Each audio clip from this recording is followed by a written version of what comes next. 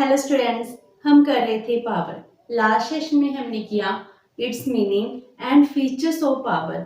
आज हम करेंगे सोर्सेस ऑफ पावर। पावर के कौन कौन से सोर्सेस हैं। हमने पावर का मीनिंग किया। पावर का मीनिंग क्या था? किसी पर्सन की एबिलिटी जिससे वो दूसरों के बिहेवियर को रेगुलेट कर सकता है, उनको डायरेक्शंस दे सकता है, तो वो पावर कहलाती है। आज पावर के सोर्सेस क्या है, पावर बनती कैसे है, पावर को यूज कैसे किया जा सकता है, किस पर्सन की एबिलिटी है कि वो पावर को यूज कर सके। First one is knowledge. जिसके पास नॉलेज होगी उसकी कैपेबिलिटी इंक्रीज हो जाती है और वो पावरफुल बन जाता है। जैसे आप एजुकेट होते हो, एजुकेशन से क्वालिफिकेशन इंक्रीज होती है। ये क्वालिफिकेशन क्या करती हैं? आपकी कैपेबिलिटी को इंक्रीज कर देती है, आपकी नॉलेज को वास्ट कर देंगी।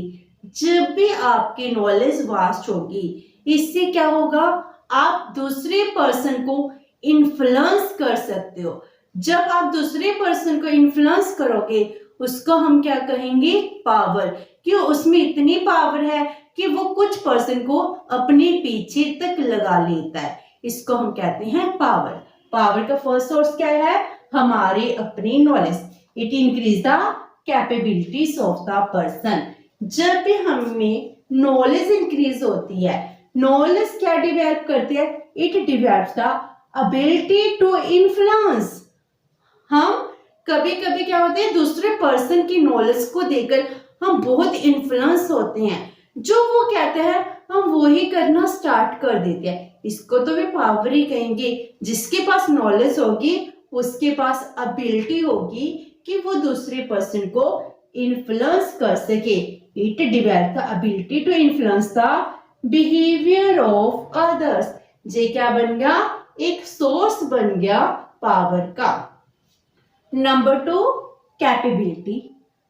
हमें पता है नॉलेज से कैपेबिलिटी इंक्रीज करती है, लेकिन हर एक पर्सन की इतनी कैपेबिलिटी है कि वो नॉलेज को यूज कर सके। कुछ लोगों के पास बहुत ज्यादा नॉलेज होती है, लेकिन वो कैपेबल नहीं होती कि अपनी नॉलेज को सही जगह सही टाइम पर यूज कर सके। तो कैपेबिलिटी से भी नॉलेज इंक्रीज होगी एंड वो पावर का सोर्स बन जाएगी। जैसे हमारे पास नॉलेज तो है, नॉलेज को क्या किया जाए? प्रॉपर यूज किया जाए। तो प्रॉपर यूज किसके ऊपर डिपेंड करता है? It depends on the capability of a person. किसी पर्सन की कैपेबिलिटी पर डिपेंड करता है। आप जैसे क्लास में डिस्कशन कर रहे हो, किसी बच्चे के पास बहुत सारा नॉलेज होती है, लेकिन वो अपनी नॉलेज को आपको डिफाइन करने में इनकैपेबल होता है। एक पर्सन ऐसा भी होता है जिसको नॉलेज कम है, लेकिन वो दूसरों की व्यू सुनकर वो अपनी बात बता देता है। इट मीन्स क्या है? उसकी कैपेबिलिटी है। तो कैपेबिलिटी से क्या होती है? पावर इंक्रीज होती है। जिसके पास नॉलेज को यूज करने की कैपेबिलिटी होगी वो ही पावरफुल पर्सन बन सकता है। Third one is economic position. हम कहते हैं ना पैसे को सलाम, वो ही बात करें इकोनॉमिक पोजीशन। जो वेल्थियर होगा उसकी इकोनॉमिक पोजीशन अच्छी होती है। हम कहते हैं अगर वेल्थियर है, वेल्थी का अगर मूर्ख भी है ना, वो भी सियाना माना जाता है, लोग उसको भी सलाम करते हैं। अगर एक गरीब पर्सन है, उसकी कितनी मर्जी नॉलेज हो, वो कितना मर्जी कैपेबल हो, लेकिन उसको इतना सलाम नहीं करती जितना अमीर पर्सन को करती है। तो इकोनॉमिक पोजीशन भी पावरफुल बनाती है। जो वेल्थी होता है उसकी सोसाइटी में बहुत मान इज्जत किया जाता है, उसको पावरफुल माना जाता है। वो जो कहता है लोग वही करने को रेडी हो जाते हैं। So rich man has more powerful then a poor man. इसीलिए हम कहते हैं कि जो पुअर पर्सन होता है, पुअर मैन की इतना ज्यादा पावरफुल नहीं है, चाहे उसके पास नॉलेज है, लेकिन रिच मैन के पास बहुत ज्यादा पावर होती है। लोग इसकी बात को मानते हैं। जिस रियलिटी है, हमारे इलेक्शंस होते हैं, इलेक्शन के रिजल्ट किसकी फेवर में होते हैं? जितने भी इलेक्शंस होंगे आप देखना, उसमें जितने भी एमपी एमएलए और एमसी सरपंच तक बनते हैं वो भी इकोनॉमिकल वेल्थी पर्सन बनते हैं। जो आम व्यक्ति है, गरीब व्यक्ति है, वो कभी भी पावर में नहीं आता, उसके पास अथॉरिटी नहीं आती है। तो जिसके पास वेल्थ होती है, वेल्थी पर्सन से लोग इन्फ्लुएंस होते हैं, इसीलिए लोग उसको ही अपना नेता चुनते हैं। तो वेल्थ क्या बन गई, आपको पावरफुल बनाती है। Next is organisations. ऑर्गेनाइजेशन का मीनिंग है हम सब ऑर्गेनाइज्ड होंगे। जी पुरानी कहावत है ना, यूनियन इज स्ट्रेंथ। जैसे हम अलग अलग होंगे तो हम स्ट्रेंथ में नहीं होंगे, हम अनऑर्गेनाइज्ड होंगे। अगर हमने अपनी कोई बात मनवानी है, हम सरकार से चाहते हैं ये पॉलिसीज हैं, इन पॉलिसीज को आप हमारे अकॉर्डिंग बनाइए, तो पहले आपको ऑर्गेनाइज होना पड़ेगा। अगर हम ऑर्गेनाइज्ड होंगे तब क्या होगा, हमारी स्ट्रेंथ बढ़ जाएगी। स्ट्रेंथ बनने से हम पावरफुल बन जाएंगे। इसीलिए जरूरत किसकी है, हमारी स्ट्रेंथ को इंक्रीज करने की। That's why organised people are more powerful than the unorganised people. अगर पर्सन्स अनऑर्गेनाइज्ड होंगे, कोई पर्सन क्या डिमांड करेगा, कोई पर्सन क्या डिमांड करेगा, तो फिर क्या होता है, इससे आपकी स्ट्रेंथ नहीं बन पाती। आप क्लास डिस्कशन में बात करो, उसमें भी अगर आप सब इकट्ठे हो जाते हो, एक डिमांड रखते हो क्लास में, तो वो आपकी डिमांड मान ली जाती है। अगर कुछ स्टूडेंट्स कोई और बात कहते हैं, कुछ स्टूडेंट्स और बात कहते हैं, तो वो बातें नहीं मानी जाती। तो इसका मीनिंग क्या, ऑर्गेनाइज होना सबसे बड़ी शक्ति कहलाता है। इसीलिए अगर आपको पावरफुल बनना है तो पहले आपको क्या करना पड़ेगा, ऑर्गेनाइज्ड होना पड़ेगा, साथ मिलकर रहना पड़ेगा, फिर जाकर आप लोग क्या बनेंगे, पावरफुल बनेंगे। Next is social status. Social status, आपका सोसाइटी में क्या स्टेटस है, लोग आपके बारे में क्या सोचते हैं। आपका स्टेटस आपकी पोस्ट के लिए मिला हो, आपके इकोनॉमिक पोजीशन के लिए मिला हो, या किसी और कंट्रीब्यूशन के लिए मिला हो। अगर आपका सोसाइटी में अच्छा स्टेटस होगा तो इसका मीनिंग क्या है, आप पावरफुल हो। इसीलिए कहते हैं because of their service, economic status और special place in the society. जिस वजह से एक पर्सन पावरफुल बन जाता है। कोई डीएसपी है अपने एरिया का, तो उसकी पोजीशन ऐसी है, उसकी सर्विस ऐसी है, सोसाइटी में उसको पावरफुल माना जाता है। अगर हमारे एरिया में कोई छोटा सा फंक्शन भी होता है, हम उसको as a chief guest invite करने लग जाते हैं। ये क्या हो गया, सोशल स्टेटस हो गया। इकोनॉमिक स्टेटस, उसकी इकोनॉमिकली कितना वेल्थी है। एंड स्पेशल प्लेस, उसने सोसाइटी के लिए बहुत अच्छा काम किया है, उन्होंने लोगों के वेलफेयर के लिए काम किया है, इसीलिए हम कहते हैं सोसाइटी में उनका क्या प्लेस है। अगर उसने सोसाइटी के लिए अच्छा काम किया होगा तो उसका सोशल स्टेटस बहुत ज्यादा हाई होगा, अच्छा होगा, जिस वजह से क्या हो सकता है, वो पावरफुल माना जा सकता है। Next is religious status.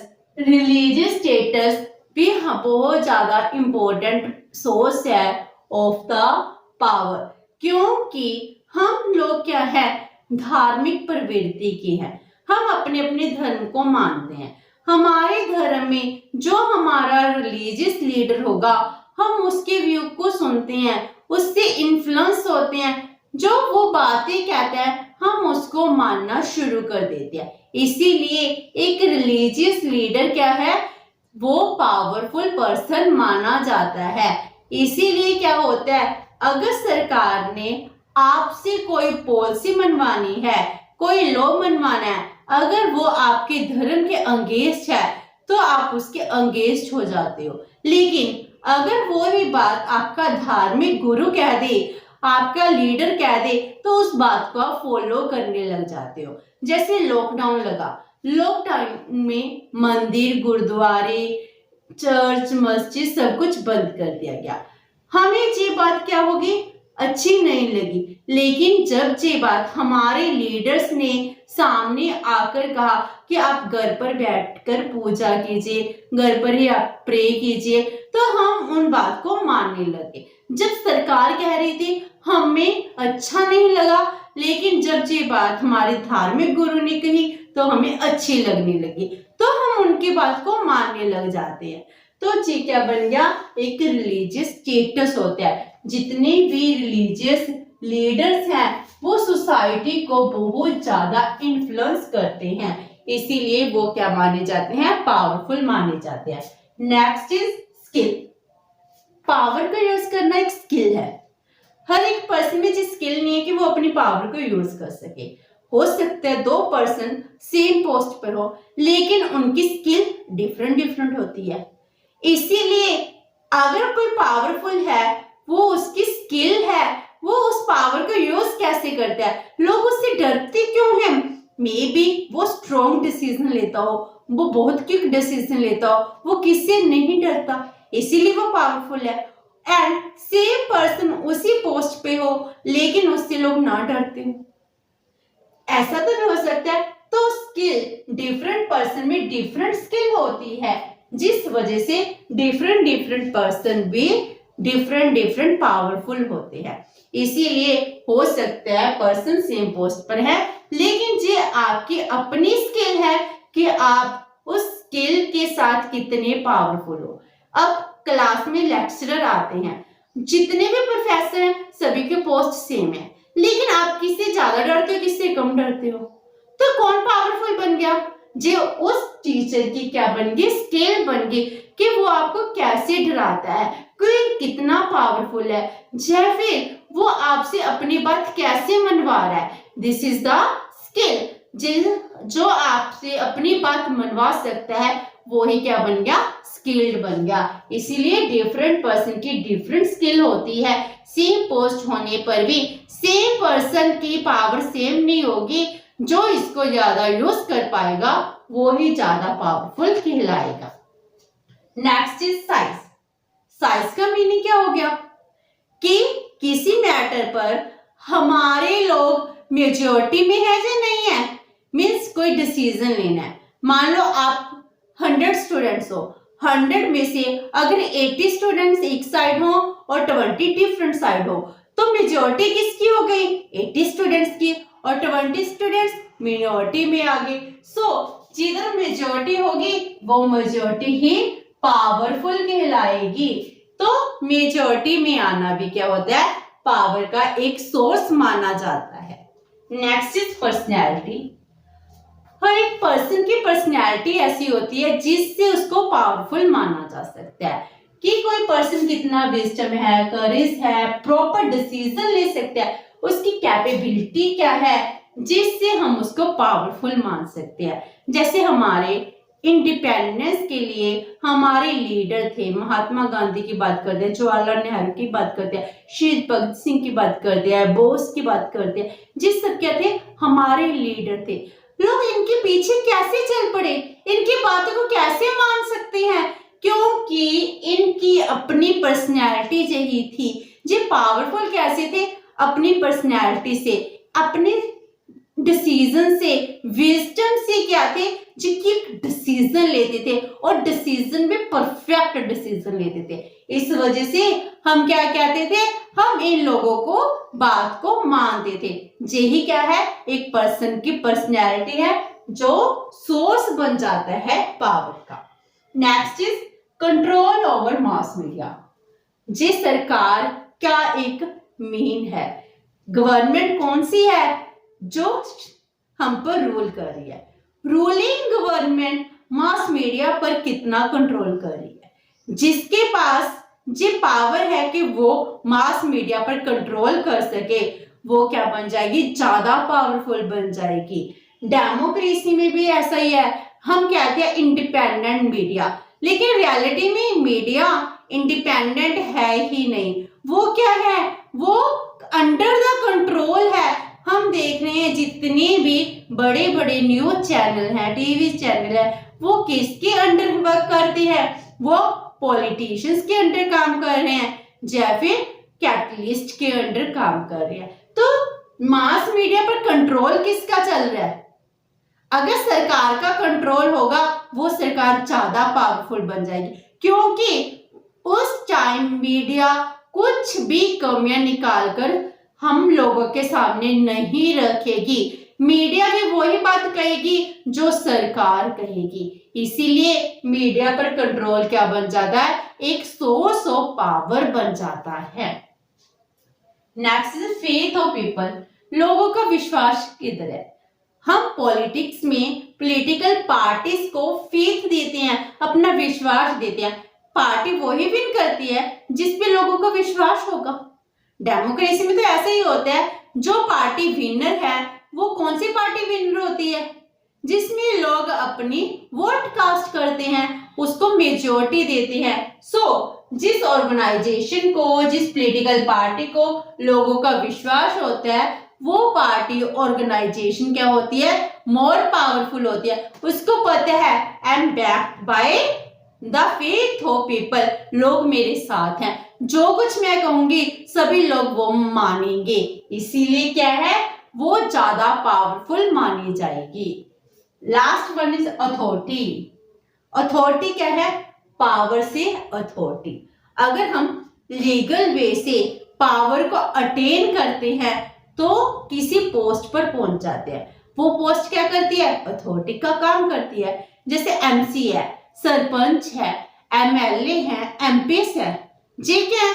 एक अथॉरिटी है, एक लीडर है, जो लीगल वे से इलेक्ट होकर हमारे पास आए हैं। इनके पास अथॉरिटी आ गई, जे क्या बन गए? पावरफुल बन गए।